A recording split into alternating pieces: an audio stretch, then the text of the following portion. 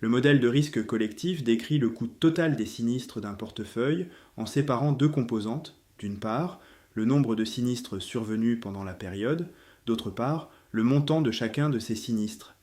Cette distinction entre fréquence et sévérité constitue l'idée centrale du modèle. On considère un portefeuille composé de polices suffisamment homogène pour que les montants individuels de sinistres puissent être décrits par une même loi. Contrairement au modèle de risque individuel, une même police peut produire plusieurs sinistres au cours de la période. Le nombre total de sinistres n'est donc pas fixé à l'avance. Il est lui-même aléatoire. La charge totale est obtenue en additionnant les montants des sinistres effectivement observés. Le nombre de termes de cette somme dépend de la réalisation de la fréquence. Si aucun sinistre ne survient, la charge totale est nulle. Si 3 sinistres surviennent, elle est égale à la somme de 3 montants.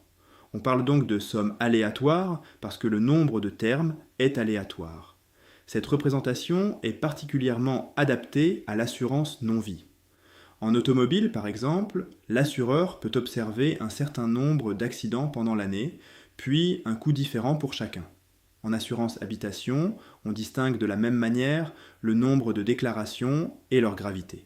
Le modèle permet de choisir séparément une loi pour la fréquence et une loi pour la sévérité. On peut ainsi utiliser une loi de Poisson ou une loi négative binomiale pour le nombre de sinistres et une loi gamma, log normal ou Pareto pour les montants. Cette modularité est un avantage important. Elle permet d'adapter chacune des deux composantes aux données disponibles. L'objectif est ensuite de déduire les propriétés du coût total à partir de celles de la fréquence et de la sévérité. Nous allons notamment calculer son espérance, sa variance et sa fonction génératrice des moments. Ces résultats serviront ensuite à la tarification, à la mesure du risque, au calcul des provisions et à l'étude de la probabilité de ruine. Le modèle collectif repose sur deux hypothèses principales. Premièrement, les montants individuels de sinistres sont supposés indépendants et identiquement distribués. Deuxièmement, le nombre de sinistres est supposé indépendant de ces montants. L'hypothèse d'indépendance entre les sévérités signifie qu'un sinistre ne fournit aucune information sur le montant des autres sinistres. L'hypothèse d'identité des lois signifie que tous les montants sont issus d'une même distribution. Ces deux conditions simplifient fortement les calculs. Lorsque le nombre de sinistres est fixé, la moyenne et la variance de la somme se déduisent immédiatement de celle d'un seul sinistre. Dans certaines branches, l'indépendance est toutefois discutable. Une tempête peut provoquer simultanément de nombreux dommages. Les montants peuvent alors être liés par la localisation, l'intensité de l'événement ou le coût commun des matériaux. De même, une inflation exceptionnelle peut affecter tous les coûts de réparation au même moment. Dans ces situations, négliger la dépendance conduit souvent à sous-estimer la variance du coût total et la probabilité de perte très élevée. L'hypothèse de loi, identique, peut aussi devenir inadéquate sur une longue période. Les sinistres anciens et récents ne sont pas exprimés dans les mêmes conditions économiques. Il faut alors corriger les montants par des coefficients d'actualisation ou d'inflation afin de les rendre comparables. On peut également segmenter les sinistres selon la garantie, le type de véhicule ou la zone géographique. Enfin, l'indépendance entre fréquence et sévérité peut être remise en cause.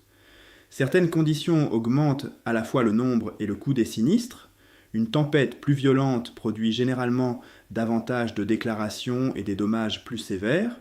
A l'inverse, des portefeuilles, connaissant de nombreux petits sinistres, peuvent avoir une sévérité moyenne plus faible.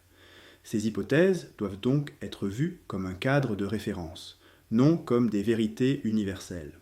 Leur intérêt est de fournir un modèle calculable et interprétable. Avant de l'utiliser, l'actuaire doit vérifier si la segmentation rend le portefeuille suffisamment homogène et si les dépendances résiduelles restent acceptables. Lorsque ce n'est pas le cas, il faut enrichir le modèle avec des variables explicatives, des effets aléatoires ou des structures de dépendance. L'exemple de l'assurance automobile montre pourquoi l'indépendance entre fréquence et sévérité peut être trompeuse lorsqu'on considère un portefeuille trop hétérogène. En zone urbaine, la circulation est dense et les occasions de collision sont nombreuses. La fréquence des sinistres peut donc être élevée. Mais les vitesses moyennes sont souvent plus faibles, ce qui peut limiter la gravité des dommages. A l'inverse, en zone rurale, les accidents peuvent être moins fréquents, mais ils surviennent parfois à vitesse plus élevée et occasionnent des dommages plus importants. Si l'on regroupe ces deux populations dans un même portefeuille, on observe une relation apparente entre le nombre de sinistres et leur montant. Les assurés urbains contribuent davantage à la fréquence, tandis que les assurés ruraux contribuent davantage à la sévérité. Cette dépendance ne provient pas nécessairement d'un lien direct entre un sinistre et son coût. Elle peut être créée par le mélange de groupes ayant des caractéristiques différentes. La solution consiste à segmenter le portefeuille en classes plus homogènes. On construit par exemple des groupes selon la zone de résidence, le type de véhicule, l'âge du conducteur, l'usage professionnel ou privé, ou encore le kilométrage annuel. À l'intérieur de chaque classe, on cherche à rendre les assurés suffisamment comparables pour que les hypothèses du modèle collectif deviennent plausibles. Cette segmentation améliore à la fois l'estimation et la tarification. La fréquence moyenne et la distribution des montants peuvent être estimées séparément dans chaque groupe. La prime pure devient alors plus adaptée aux risques réels de l'assuré. On limite aussi les phénomènes d'antisélection. Sans segmentation, les bons risques subventionnent les mauvais et peuvent quitter le portefeuille. Il faut néanmoins éviter une segmentation excessive. Des classes trop fines contiennent peu d'observations, ce qui rend les estimations instables. Le travail actuariel consiste donc à trouver un compromis entre homogénéité et crédibilité statistique. Cet exemple illustre une idée générale. Une dépendance observée au niveau global peut disparaître après conditionnement par des variables pertinentes. Le modèle collectif est souvent plus réaliste lorsqu'il est appliqué conditionnellement à une classe tarifaire. On suppose alors l'indépendance et l'identité des distributions à l'intérieur de chaque segment, puis on agrège les résultats des différents segments pour obtenir le risque total du portefeuille.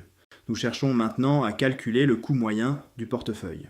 La difficulté vient du fait que la charge totale est une somme comportant un nombre aléatoire de termes. La méthode naturelle consiste à conditionner par rapport au nombre de sinistres. Supposons d'abord que l'on sache exactement combien de sinistres sont survenus. Si ce nombre vaut n, la charge totale est une somme ordinaire de n montants. Comme chaque montant possède la même moyenne, l'espérance conditionnelle de la charge est simplement égale au nombre de sinistres multiplié par le coût moyen d'un sinistre. On retire ensuite le conditionnement. Autrement dit, on calcule la moyenne de cette espérance conditionnelle sur toutes les valeurs possibles du nombre de sinistres.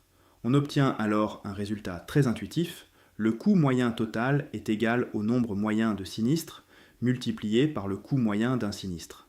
Cette relation est souvent appelée formule de Wald dans ce contexte. Elle exprime une décomposition fréquence-sévérité fondamentale.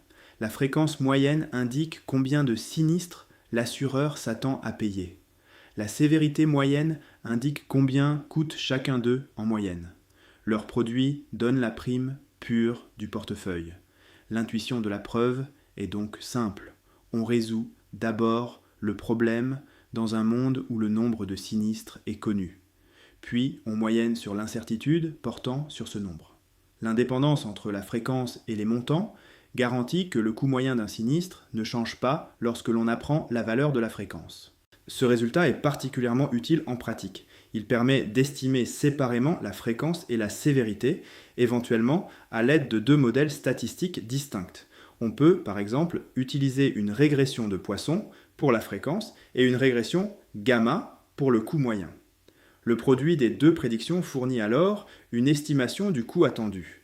Il faut néanmoins interpréter avec prudence la séparation des composantes.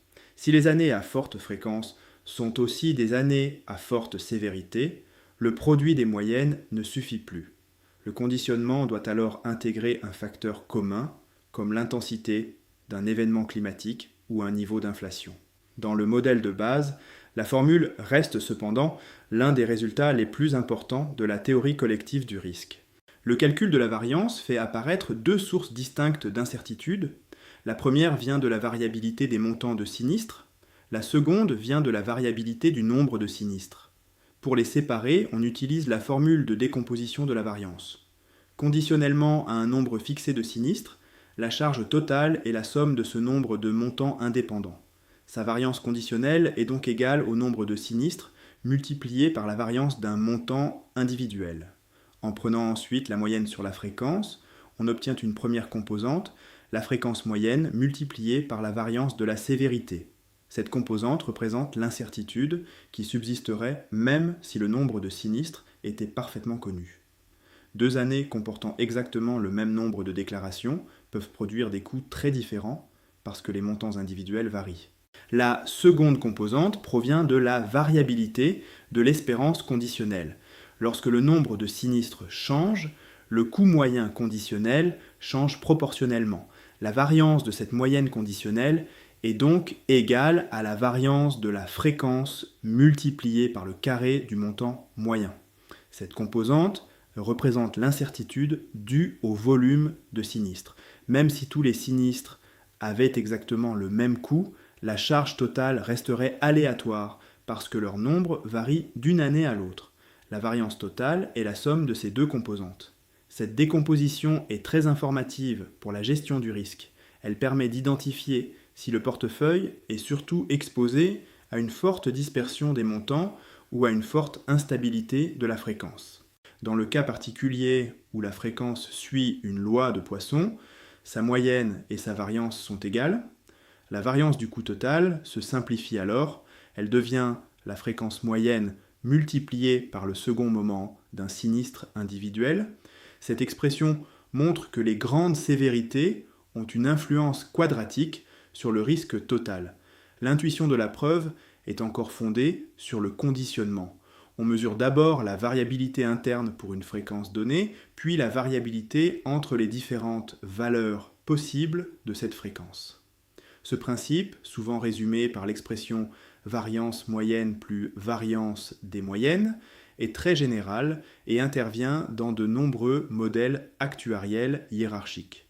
La fonction génératrice des moments fournit une description compacte de la distribution du coût total. Lorsqu'elle existe dans un voisinage de 0, ses dérivés permettent de retrouver les moments successifs. Elle est particulièrement adaptée aux sommes aléatoires. Comme pour les calculs précédents, on commence par conditionner par rapport au nombre de sinistres. Si ce nombre vaut n, la charge totale est la somme de n montants indépendants et identiquement distribués. La transformation exponentielle d'une somme devient un produit.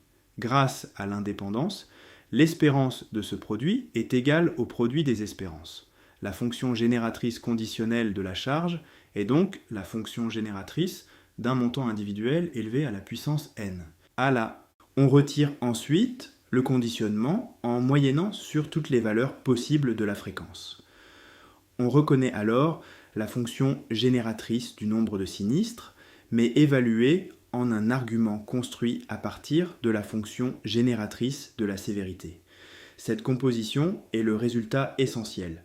Pour obtenir la fonction génératrice de la charge agrégée, on insère la fonction génératrice d'un montant individuel dans celle de la fréquence, après une transformation logarithmique adaptée. L'intuition est la suivante. La loi de la fréquence indique combien de fois la sévérité doit être additionnée. La fonction génératrice traduit l'addition en multiplication, puis la loi de la fréquence effectue la moyenne sur le nombre de facteurs.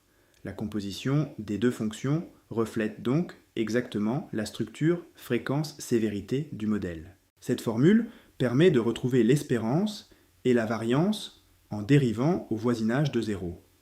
Elle permet aussi d'obtenir des moments d'ordre supérieur, utiles pour mesurer l'asymétrie et l'épaisseur de la queue.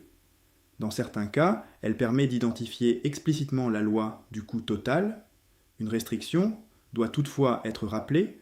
Certaines distributions de sévérité à queue lourde, comme la log normale ou la Pareto, n'admettent pas de fonction génératrice des moments pour des arguments positifs. On utilise alors plutôt la transformée de Laplace, qui repose sur un argument négatif et existe pour toute variable positive. La logique de composition reste la même. Ce résultat est donc à la fois un outil de calcul et une représentation conceptuelle du modèle collectif. Il montre que toute l'information sur le coût agrégé est construite à partir de deux objets, la distribution de la fréquence et celle de la sévérité. Le cas le plus classique est celui où le nombre de sinistres suit une loi de Poisson. Cette hypothèse est adaptée à des événements indépendants, survenant à un taux moyen constant pendant la période. Le paramètre de la loi représente alors la fréquence moyenne. En remplaçant la fonction génératrice de la fréquence par celle de la loi de Poisson dans la formule générale, on obtient une expression particulièrement simple pour la fonction génératrice du coût total. Elle dépend du paramètre de fréquence et de la fonction génératrice du montant individuel. Cette simplicité explique l'importance du modèle de Poisson composé. Il permet de calculer facilement les moments du coût agrégé. La première dérivée redonne le produit entre la fréquence moyenne et la sévérité moyenne. La seconde dérivée permet de retrouver la variance précédemment obtenue. Les dérivées d'ordre supérieur donnent les moments ou les cumulants d'ordre supérieur. Le slide propose d'utiliser un développement autour de 0. L'idée est de représenter la fonction génératrice comme une série dont les coefficients sont les moments du coût total. On développe également la fonction obtenue dans le modèle de Poisson composé, puis on identifie les coefficients de même ordre. Le coefficient du terme linéaire fournit l'espérance, celui du terme quadratique fournit le second moment, et ainsi de suite. Cette méthode d'identification est souvent plus efficace qu'un calcul direct à partir de la distribution du total, car celle-ci est généralement une somme infinie de convolutions. La fonction génératrice évite de manipuler explicitement toutes ces convolutions. Le modèle possède aussi une propriété importante, les cumulants du coût total sont égaux à la fréquence moyenne multipliée par les moments correspondants de la sévérité. Cela signifie que l'asymétrie et l'épaisseur de la queue du total dépendent directement des moments des sinistres individuels. Lorsque la fréquence moyenne devient grande et que les moments de la sévérité sont finis, la distribution du coût total peut souvent être approchée par une loi normale. Mais cette approximation peut être insuffisante dans la queue, notamment lorsque les montants sont très asymétriques ou lourds. Le modèle de Poisson composé reste alors la référence exacte, même si son évaluation numérique nécessite des méthodes de convolution, de récursion ou de simulation. On parle de distribution de Poisson composée lorsque deux conditions sont réunies. Le nombre de sinistres suit une loi de Poisson et les montants individuels suivent une même distribution, indépendamment du nombre de sinistres. Le terme composé signifie que l'on combine une loi de comptage et une loi de sévérité. La loi de Poisson indique combien de sinistres surviennent. La distribution des montants indique combien coûte chacun d'eux. La loi du total résulte de la composition de ces deux mécanismes. Cette distribution possède une masse de probabilité en zéro. Elle correspond à la probabilité qu'aucun sinistre ne survienne pendant la période. Pour un montant strictement positif, la distribution est obtenue en considérant successivement le cas d'un sinistre, de deux sinistres, de trois sinistres, et ainsi de suite. Pour chaque nombre possible, on calcule la distribution de la somme correspondante, puis on la pondère par la probabilité poissonienne de ce nombre. Cette représentation est intuitive, mais rarement calculable sous une forme fermée. Elle fait intervenir une infinité de convolutions de la loi des montants. En pratique, plusieurs méthodes sont utilisées. Les algorithmes récursifs, la transformée de Fourier, les approximations normales ou gamma, et la simulation de Monte-Carlo. La simulation est particulièrement simple. On génère d'abord un nombre de sinistres selon une loi de Poisson. On génère ensuite autant de montants que nécessaire, puis on les additionne. En répétant l'opération, on obtient une approximation de la distribution du coût total de ces quantiles et de mesures comme la VAR ou la TVAR. Le modèle de Poisson composé est fondamental en théorie du risque parce qu'il constitue le point de départ du modèle de Cramer-Lohnberg. En ajoutant une dimension temporelle, on représente les sinistres comme les sauts d'un processus de poisson composé, tandis que les primes s'accumulent de manière régulière. Son utilisation doit néanmoins être validée. Une fréquence surdispersée peut nécessiter une loi négative binomiale. Des catastrophes peuvent créer de la dépendance entre les montants. Une inflation variable peut modifier la loi de sévérité. Malgré ses limites, la poisson composée reste un modèle de référence en raison de sa clarté, de son interprétation actuarielle et de la richesse de ses propriétés mathématiques.